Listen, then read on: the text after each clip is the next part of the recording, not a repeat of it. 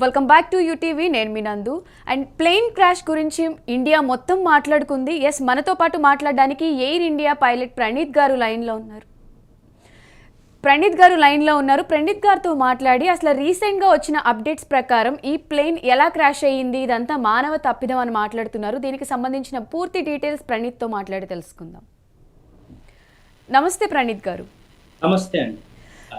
ప్రణీత్ గారు, ఇప్పుడు రీసెంట్గా వచ్చిన బ్రేకింగ్ న్యూస్ ఏంటి అంటే ఇంజన్కి ఫ్యూయల్ ఏదైతే సరఫరా అవుతుందో ఆ స్విచ్ పైలట్ చూసుకోలేదు, అది ఆఫ్ చేయడం వల్లే ఈ క్లాష్ జరిగింది అని అంటున్నారు. ఇది ఎంతవరకు నిజం? అంటే యాక్చువల్లీ ఫ్యూయల్ పంప్స్ అనేవి ఉంటాయండి.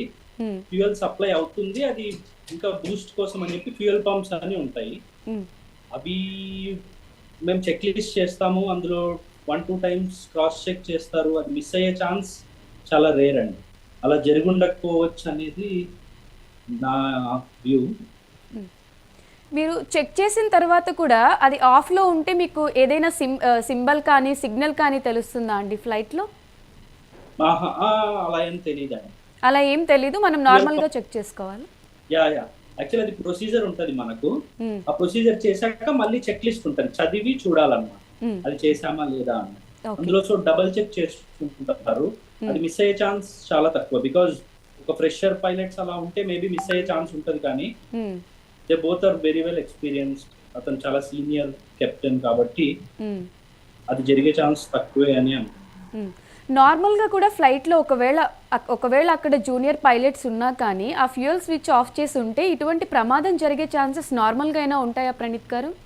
యాక్చువల్లీ ఫ్యూయల్ స్విచ్ కంప్లీట్ గా ఆఫ్ చేసి అయితే ఉండదండి. ఎందుకంటే అది ఆఫ్ లో ఉంటే వాళ్ళు ఇంజిన్ స్టార్ట్ చేసి టాక్సీ చేసి టేక్ ఆఫ్ అయ్యేంత ఫ్యూయల్ పైప్స్ లో ఉన్నది సరిపోతుంది.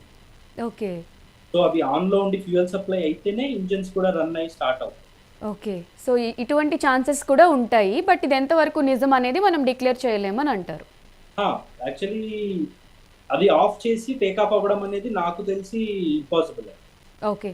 అంటే ఎంత సీనియర్, మీకున్న ఎక్స్పీరియన్స్ ప్రకారం మీకు ఒక నాలెడ్జ్ ఉంటుంది కదా దీనిపైన. అలా జరిగే ఛాన్సెస్ ఉండవండి. ఓకే. అంటే 2 ఇంజన్లు పాడైపోవడం వల్లే మెయిన్ ఈ క్రాష్ జరిగింది అని అంటున్నారు. ఈ అహ్మదాబాద్కి సంబంధించిన ఈ ఫ్లైట్ ఇన్సిడెంట్కి అసలు మెయిన్ రీజన్ మీరేం చెప్తారు? ఏది అనుకోవచ్చు మనం? యాక్చువల్లీ ఈ ఫస్ట్ డే ఏం చెప్పారు, 1 ఇంజన్ ఫెయిల్ అయింది, మేడే కాల్ ఇచ్చారు అన్నట్టు చెప్పారు. Second day both engines fail అయ్యాయని చెప్తున్నారు. సో నాకు తెలిసి ఎక్స్పర్ట్స్ రివ్యూస్ ఇవన్నీ చూస్తే అక్కడ ఇంజిన్స్ ఫెయిల్ అయినట్టు కూడా లేదు, కనపడట్లేదు అంటున్నారు. మోస్ట్లీ వాళ్ళు ల్యాండింగ్ గేర్ డౌన్ ఉందన్నమాట. ఓకే. ఎయిర్క్రాఫ్ట్ ల్యాండింగ్ గేర్ ఎందుకు డౌన్ ఉంది అనేది question mark. 800 feet basic 50 to 100 feet లో మేము టేక్ ఆఫ్ అవ్వగానే ఒకసారి aircraft positive rate of climb రాగానే ల్యాండింగ్ గేర్ మనం రిట్రాక్ట్ చేసేస్తాం అన్నమాట. ఓకే. ఆ ల్యాండింగ్ గేర్ కిందికే ఉంది. ఇంకా వాళ్ళు 800 feet వెళ్ళి క్రాష్ అయ్యే టైం మొత్తం ల్యాండింగ్ గేర్ డౌన్ లోనే ఉంది. అది అలా ఉండకూడదు. ఎందుకు ఉన్నది అనేది ఇన్వెస్టిగేషన్ లో తెలుస్తుంది. ఇంకొకటి ఫ్లాప్స్ టేక్ ఆఫ్ అప్పుడు ఫ్లాప్స్ తీసుకుంటారు, వింగ్స్ లో ఉంటాయి అన్నమాట ఫ్లాప్స్. ఆ ఫ్లాప్స్ అనేది లిఫ్ట్ ఇస్తాయి అన్నమాట, ఎయిర్క్రాఫ్ట్ కి ఎక్కువ లిఫ్ట్ ఇస్తాయి. ఇంజన్ ఇచ్చేదానికి వింగ్స్ ఇచ్చేదానికి ఈ ఫ్లాప్స్ వల్ల you will get better lift.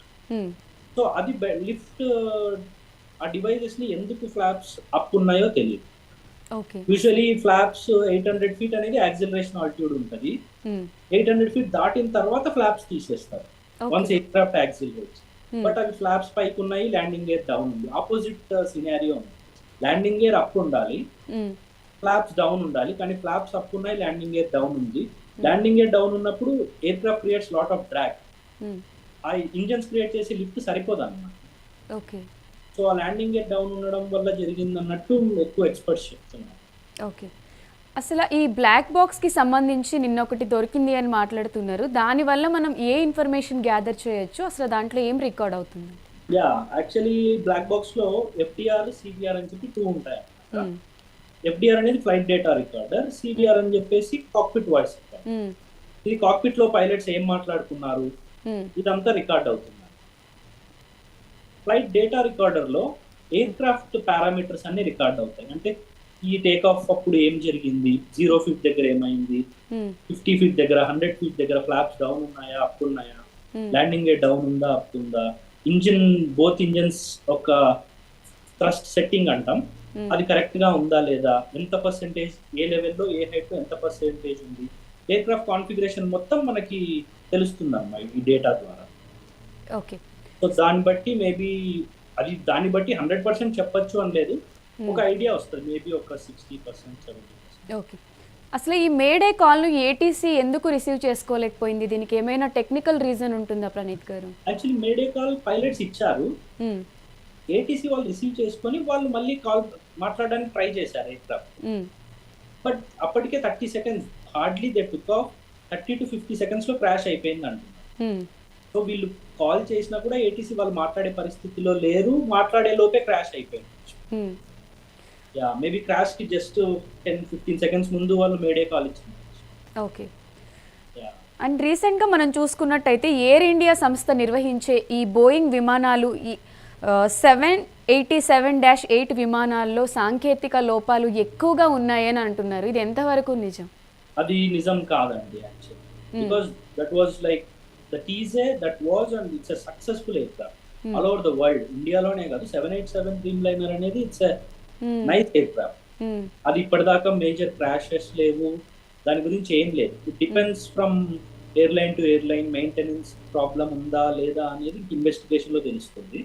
But aircraft wise it's successful aircraft, అది ఎప్పుడు మేజర్ యాక్సిడెంట్స్ ఇన్సిడెంట్స్ ఏం జరగలేదు సార్. నిజంగానే ముందు ఇంజిన్ ఫెయిల్ అయ్యి ఉంటే అసలు రన్వే పైకి ఫ్లైట్ ని అలో చేస్తారా? అంటే టేక్ ఆఫ్ అయిన తర్వాత ఇంజిన్ ఫెయిల్ అయిందని చెప్తున్నారు. ఇప్పుడు మేబీ వాళ్ళ ఇంజిన్ ఫెయిల్ అయినప్పుడు ఎయిర్ క్రాఫ్ట్ ని కంట్రోల్ చేస్తూ ఈ ల్యాండింగ్ గేర్ పైకి రిట్రాక్ట్ చేయలేదేమో అన్నది ఒక క్వశ్చన్ మార్క్. ఆ ఇంజిన్ ఫెయిల్ అయినప్పుడు మేబీ వాళ్ళ బిజీ అయిపోయి ఆ ల్యాండింగ్ గేర్ రిట్రాక్ట్ చేసింటే ఛాన్సెస్ ఉండేవేమో అన్నది. బికాజ్ ల్యాండింగ్ గేర్ వల్ల లిఫ్ట్ అనేది పూర్తిగా లైక్ స్పాయిల్ అయిపోతుంది. ఓకే. 8200 గంటలు ఫ్లైట్ నడిపిన అంత సీనియర్ పైలట్ అంటే ఇలాంటి ఒక ఇన్సిడెంట్ జరుగుతుంది అనే ఈ ప్రమాదాన్ని ఆయన ఎందుకు ముందే గ్రహించలేకపోయారు అనుకోవచ్చు? అంటే తన ఎక్స్పీరియన్స్ ఎమర్జెన్సీలో వర్క్ అవుతుంది, బట్ కొన్ని ఎలా అంటే it might be your worst day, కొన్ని మన చేతుల్లో కూడా లేని ఉంటాయి. He's experience pilot, he must be like having so much of experience, but both engines fail అయ్యాయి అనుకుందాం, అందరు చెప్తున్నట్టు. We don't know that's true or wrong. Both engines fail అయినప్పుడు ఈవెన్ దో ఎక్స్పీరియన్స్ ఉన్నా లేకున్నా ఇట్ వోంట్ హెల్ప్ కదా aircraft కి lift. Maybe ఇప్పుడు ఇంతకు ముందు యుఎస్ లో జరిగింది ఇలాగే, బర్డ్ స్ట్రైక్ అయ్యి బోత్ ఇంజిన్స్ ఫెయిల్ అయ్యి హడ్సన్ రివర్ లో ల్యాండ్ అయ్యారు. అక్కడ దే హ్యావ్ ఆల్టిట్యూడ్, అంటే వాళ్ళు కొద్దిగా హైట్ లో ఉండడం వల్ల వాళ్ళు గ్లైడ్ అయ్యి అక్కడ ఉన్న సీ మీద కానీ లేదా నియరెస్ట్ ఎయిర్పోర్ట్ ఉంటే అవ్వడం కానీ, దే హ్యావ్ ఎక్స్పీరియన్స్ ఇలాంటి టైంలో పనిచేస్తారు అన్నమాట. వాళ్ళు ఆలోచించి ఎక్కడికి వెళ్ళొచ్చు, వెళ్ళడానికి ఏముంది, ఇవన్నీ తెలుస్తుంది. బట్ వీళ్ళు ఉన్నదే 800 feet లో, 700-600 feet లో అని చెప్తున్నారు. సో ఆల్టిట్యూడే లేదు, వాళ్ళు ఆలోచించి ఏదైనా చెయ్యాలన్నా కూడా they don't have time and altitude కదా. టేకప్ అవ్వగానే ఎయిర్ క్రాఫ్ట్ స్టాల్ అయ్యిందో, బోత్ ఇంజన్స్ ఫెయిల్ అయ్యాయో, లేదా ల్యాండింగ్ గేర్ డౌన్ ఉండడం వల్ల లిఫ్ట్ సరిపోలేదో, ఇవన్నీ ఇన్వెస్టిగేషన్ లో తెలుస్తాయి. కానీ ఎక్స్పీరియన్స్ అనేది ఒక లిమిట్ దాకా పనిచేస్తుందండి. వర్స్ట్ సినారియోలో ఎంత ఎక్స్పీరియన్స్ ఉన్నా ఏం చేయలేం కదా. కొన్ని సినారియోస్ ఉంటాయి, ఇవి ఎలా అంటే రేర్ ఆఫ్ ద రేరెస్ట్. ఇంకా అది మన తెలుగులో చెప్పాలంటే టైం బ్యాడ్, ఇంకా కర్మ టైప్ లో చెప్పుకోవాలి. రెండు ఇంజన్స్ ఫెయిల్ అయితే ఎవ్వరు ఏం చేయలేరు కదా, ఎంత ఎక్స్పీరియన్స్ ఉంది. ఒకరు కాదు, ఇద్దరు కాదు, అంతమంది 100 కుటుంబాలు వాళ్ళు ఏడుస్తున్నాయి, అంతమంది ప్రాణాలు పోయాయి. అంటే అక్కడ బిల్డింగ్స్ ఏం లేకుండా లైక్ ఒక ఓపెన్ ల్యాండింగ్కి కూడా ప్రాపర్ ప్లేస్ ఉన్నా, లేకపోతే మీరు చెప్పినట్టు ఇంతకు ముందు ఆ సినిమా కూడా తీశారు, అలా వాటర్ ల్యాండింగ్ ఉన్నా కూడా ఇంత పెద్ద ఇన్సిడెంట్ జరుగుండకపోవచ్చు అనుకోవచ్చా? ఎందుకంటే ఇవన్నీ మన చేతిలో లేనివి. బికాజ్ కొన్ని ఎయిర్పోర్ట్స్ లైక్ చెన్నై, అహ్మదాబాద్ సిటీకి దగ్గరలో సిటీలో కన్స్ట్రక్ట్ అయి ఉన్నాయి. ఆ ఎయిర్పోర్ట్ చుట్టూ సిటీ డెవలప్ అయ్యింది. హైదరాబాద్ లో మాకు శంషాబాద్ అంటే ఊరి బయట ఉంటది, they might get some empty place to land అలా అనుకోవచ్చు. బట్ దేనికైనా కూడా కొద్దిగా ఆల్టిట్యూడ్ ఉంటే ఇవన్నీ మనం మాట్లాడొచ్చు. వాళ్ళు 800 feet లో వాళ్ళు ఎక్కడికి వెళ్ళడానికి వాళ్ళ చేతుల్లో కూడా ఏమి ఉండదు, అన్లెస్ దే క్రాష్ ల్యాండ్ అంతే. ఆల్టిట్యూడే లేదు కదా. బట్ ఇంకా అది ఆ హాస్టల్లో అయితే దారుణం పాపం. లైక్ మెడికోస్ అంతా అలా అవ్వడం అనేది చాలా సాడ్ థింగ్. ఫ్లైట్లో ఉన్న వాళ్ళే కాకుండా హాస్టల్లో కూర్చుని తింటున్న వాళ్ళు కూడా అసలు ఇంత జరుగుతుంది అని చెప్పి ఎవరు ఇమాజినేషన్లో కూడా ఇప్పటికీ స్టిల్ ఇది నిజంగా జరిగిందా అనే విధంగా విజువల్స్ అవన్నీ కూడా ఉన్నాయి. అసలు ఈ కంప్లైంట్స్ ఎక్కువ ఎయిర్ ఇండియా ఫ్లైట్స్ మీదే ఎక్కువగా మనం రీసెంట్గా వింటున్నాము. ప్రీవియస్ కూడా ఎక్కువ ప్రాబ్లమ్స్ ఉన్నాయి అని అంటున్నారు. అంటే మిగతా ఫ్లైట్స్కి కూడా ఉన్నాయా, లేకపోతే ఈ ఫ్లైట్ ఇప్పుడు ఇంత పెద్ద ఇన్సిడెంట్ జరిగింది కాబట్టి దీన్ని ఎక్కువ హైలైట్ చేస్తున్నారా? మీరు కూడా ఇదే ఎయిర్లైన్స్కి వర్క్ చేస్తున్నారు కాబట్టి మీ జెన్యూన్ ఒపీనియన్ ఏంటి? జెన్యున్ గా అలా ఉండదండి. యాక్చువల్లీ ఎయిర్లైన్ అనేది they do very good maintenance లో కాంప్రమైజ్ అవ్వరు. ఇట్స్ నాట్ సంథింగ్ లైక్ చిన్న విషయం కాదు కదా. ఆ విషయంలో I don't think any airline will compromise on their maintenance, because దానివల్ల circumstances scenarios worst scenarios face చేయాల్సి వస్తుంది అనేది వాళ్ళకు తెలుసు.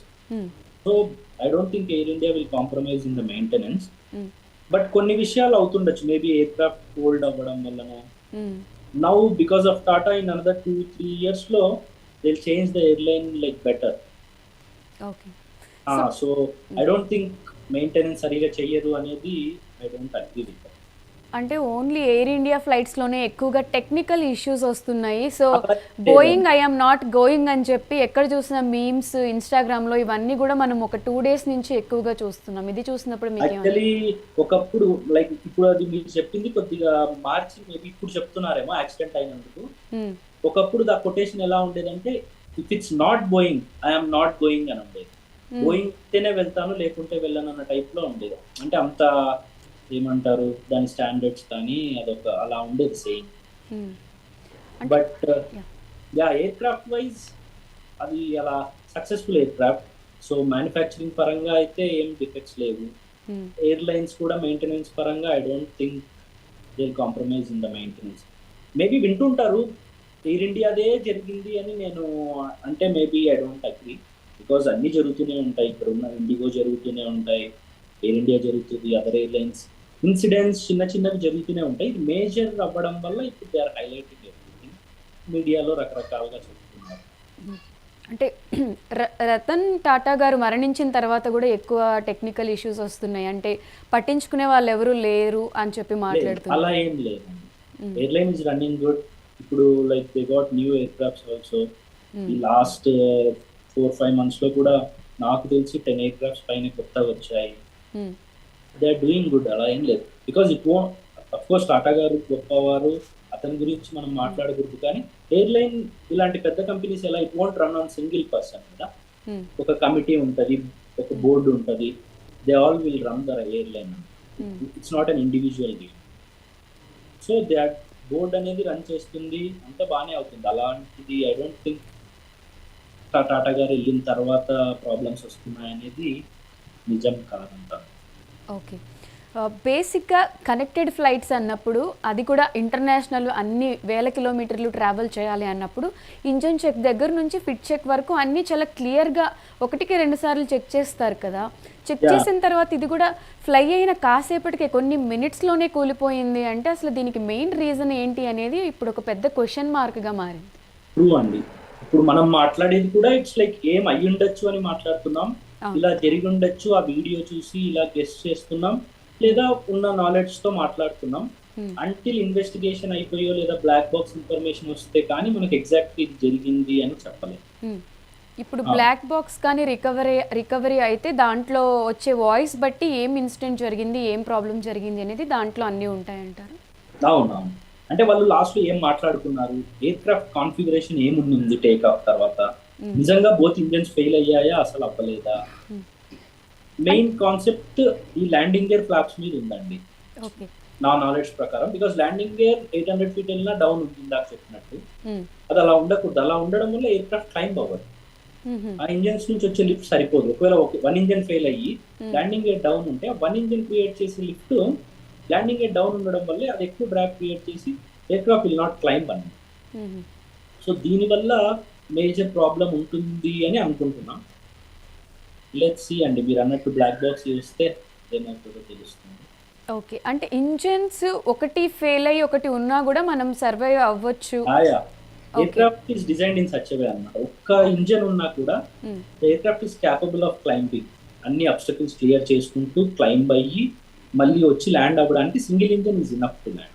ఓకే. ఒకవేళ 2 ఫెయిల్ అయినా కూడా మనకి ఆ ఛాన్సెస్ ఎక్కువ ఉంటాయా ప్రణీత్ గారు? 2 ఫెయిల్ అయితే ఇంకా అసలు మన కంట్రోల్లో ఉండదు. ఇప్పుడు ఓకే. లెట్స్ సే నేను 30,000 ఫీట్ లో ఉండి 2 ఫెయిల్ అయ్యాయంటే హ్మ్. నాకు గ్లైడింగ్ కి డిస్టెన్స్ ఉంది. 30,000 ఫీట్ నుంచి నేను 0 ఫీట్ కి రావడానికి Hmm. లేదా ఎయిర్పోర్ట్ ఎలివేషన్ ఫీట్ కి రావడానికి 30,000 నేను గ్లైడ్ అవుతూ వస్తుంది ఎయిర్క్రాఫ్ట్. Hmm. ఒకేసారి పడిపోదు కదా. ఆ గ్లైడింగ్ లో నేను నియరెస్ట్ ఎయిర్పోర్ట్ చూసుకొని Hmm. లేదా ఒక ఎంటీ ప్లేసో సల్లీలో లాగా సముద్రమో ఏదో ఒకటి చూసుకొని ల్యాండ్ అవ్వడానికి ప్లేస్ ఉంటుంది. హ్మ్. బట్ ఇలా నువ్వు 800 ఫీట్ లో 500 600 ఫీట్ లో ఇలా అయినప్పుడు నీకు టైం లేదు, ఆలోచించే టైం లేదు, రెస్పాండ్ అయ్యే టైం లేదు, ఆల్టిట్యూడ్ లేదు. హ్మ్. సో బోత్ ఇంజన్స్ ఫెయిల్ అయినప్పుడు ఏం చేయలేము. అవును.